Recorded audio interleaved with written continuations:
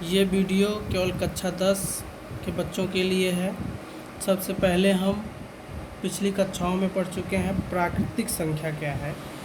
आइए जानते हैं प्राकृतिक संख्या, एक बार रिवाइज कर लेते हैं। प्राकृतिक संख्या 1, 2, 3, 4, 5 dot dot dot dot dot, ये हम 9 तक या उसके आगे भी बढ़ा सकते हैं। प्राकृतिक संख्या क्या है, 1 से लेकर के अनंत तक भी हम लिख सकते हैं। दूसरे नंबर पे आता है पूर्ण संख्या। क्या आता है? पूर्ण संख्या। पूर्ण संख्या क्या है, इसी में जीरो लगा दिया जाए। क्या लगा दिया जाए? 0, 1, 2, 3, 4, 5 डॉट डॉट डॉट डॉट अनंत तक। ये हमारी क्या है, पूर्ण संख्या है। अब उसके बाद एक आता है पूर्णांक संख्या। क्या आता है? पूर्णांक संख्या। पूर्णांक संख्या। पूर्णांक संख्या क्या है, यहाँ तो 0 से स्टार्ट हो रहा है, लेकिन 0, 1, 2, 3, 4, 5। अब इधर क्या हो जाएगा, -1, -2, -3, -4, -5। इधर माइनस की ओर, इधर प्लस की ओर बढ़ता चला जाए, वही क्या है, पूर्णांक संख्या। जहाँ पर 0 क्या है, ये तो क्या हो गया, पूर्णांक संख्या हो गया। लेकिन 0 क्या है, ये तो न धनात्मक है, न धनात्मक संख्या है, और न ही ऋणात्मक संख्या है। क्या है? ऋणात्मक संख्या है। 0 क्या है, न धनात्मक है और न ही ऋणात्मक है। चौथे नंबर पे आता है परिमेय संख्या। क्या आता है? परिमेय संख्या। परिमेय संख्या क्या है, जो P/Q के रूप में हो, P/Q के रूप में है, और P/Q के रूप में हो, लेकिन Q is not equal 0। Q जो है 0 के बराबर नहीं होना चाहिए, उसे हम क्या कहते हैं, परिमेय संख्या कहते हैं। अगला आता है अपरिमेय संख्या। अपरिमेय संख्या। अपरिमेय संख्या क्या है, जो P/Q के रूप में न हो, P/Q के रूप में न हो, उसे हम अपरिमेय संख्या कहते हैं। जैसे √2, √3, पाई। पाई क्या है, अपरिमेय संख्या, लेकिन पाई का मान क्या होता है, 22/7। ये क्या है, परिमेय संख्या है, लेकिन पाई क्या है, अपरिमेय संख्या है। ठीक। अब हम चलते हैं अपने चैप्टर पे, कक्षा 10 के प्रथम चैप्टर पे, जहाँ पर हमें मिलेगा पहला क्वेश्चन है यूक्लिडी विभाजन। क्या है? यूक्लिड विभाजन। यूक्लिडी विभाजन एल्गोथेरियम। ठीक। यूक्लिडी विभाजन क्या है? यूक्लिडी विभाजन में हम आपको 3 नियम बताएंगे। कितने नियम बताएंगे? 3 नियम यदि आप याद रखते हैं तो आप जो है यूक्लिडी विभाजन से जो भी सवालें हैं आप कर सकते हैं। पहला क्या है, भाजक और भाज्य और भागफल। ये 2 विधि से हम कर सकते हैं, भाग विधि से और एक यूक्लिडी विभाजन एल्गोथेरियम विधि से। भाजक, भाज्य, भागफल, और क्या बचता है, शेषफल।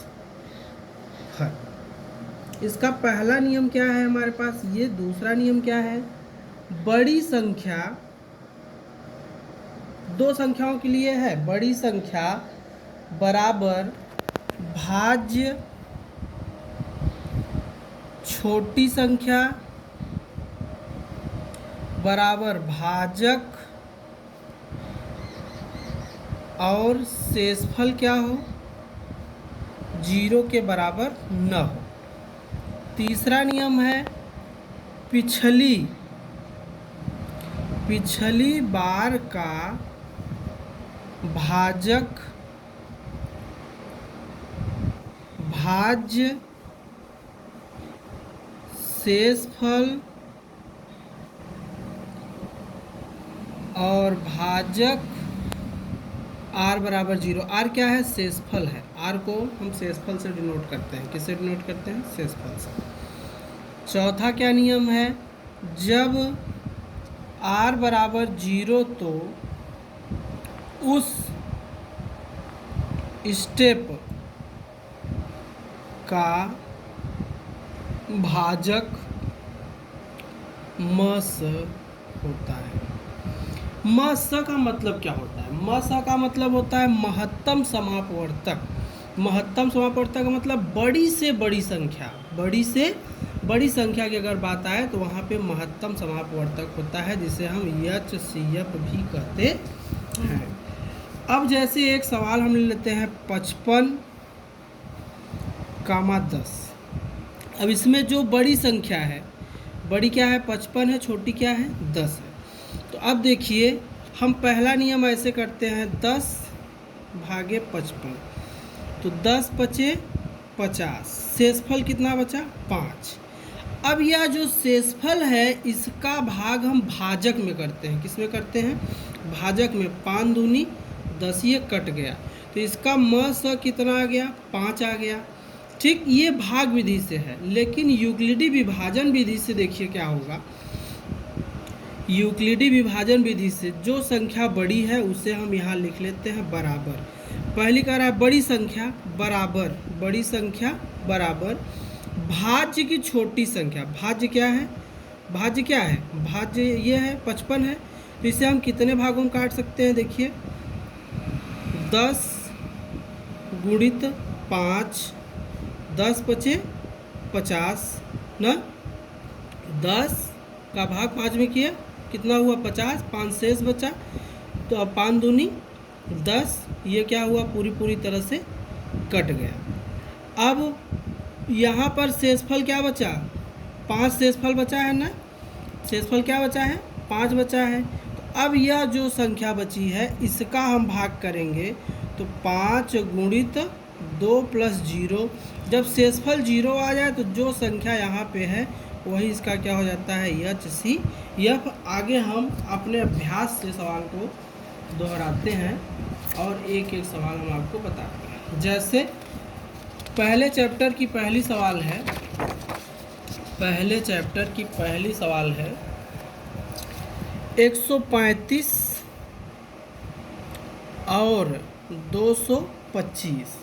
तो देखिए सबसे बड़ी संख्या क्या है? 225 है। 225 बराबर 135 और प्लस 1, सॉरी मल्टीप्लाई 1।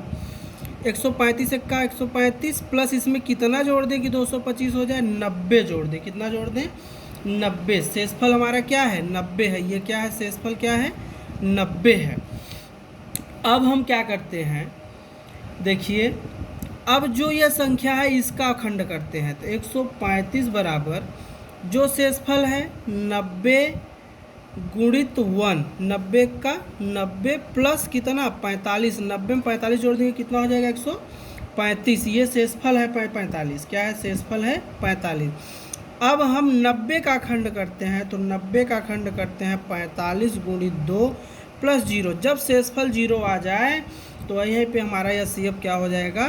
45 हो जाएगा। HCF बराबर 45। ये अभ्यास का पहला सवाल है। ठीक, जैसे दूसरा है बी नंबर, अर्थात जो है दूसरी सवाल है 196 और 38,220। 38,220। अब इसका खंड हमें करना है, तो देखिए सबसे बड़ी संख्या है 38,220 बराबर 196। ये जो संख्या दी है, अब इसमें कितने का गुणा कर दें कि इतना हो जाए? तो 195 का अगर हम गुणा कर दें तो ये इसके बराबर हो जाएगा और शेषफल क्या बचेगा? 0। तो ये 196 हमारा क्या हो जाएगा? HCF। इसे हम भाग विधि से भी देख सकते हैं। तो देखिए 135 का भाग 225 में करेंगे तो एक बार जाएगा। ठीक, अब 135 यहाँ लिखेंगे, कितना शेष बचेगा? 90। अब 90 का भाग 135 में करेंगे तो एक बार जाएगा, कितना शेष बचेगा? 90 का 90 यहाँ पे घटा दिए, कितना आया? 45। 45 में 90 का भाग करेंगे, 45 दूना 90, ये कट गया। इसी तरह से आपका पूरा चैप्टर एक अभ्यास का है, इसे हम इस तरह से लगा सकते हैं।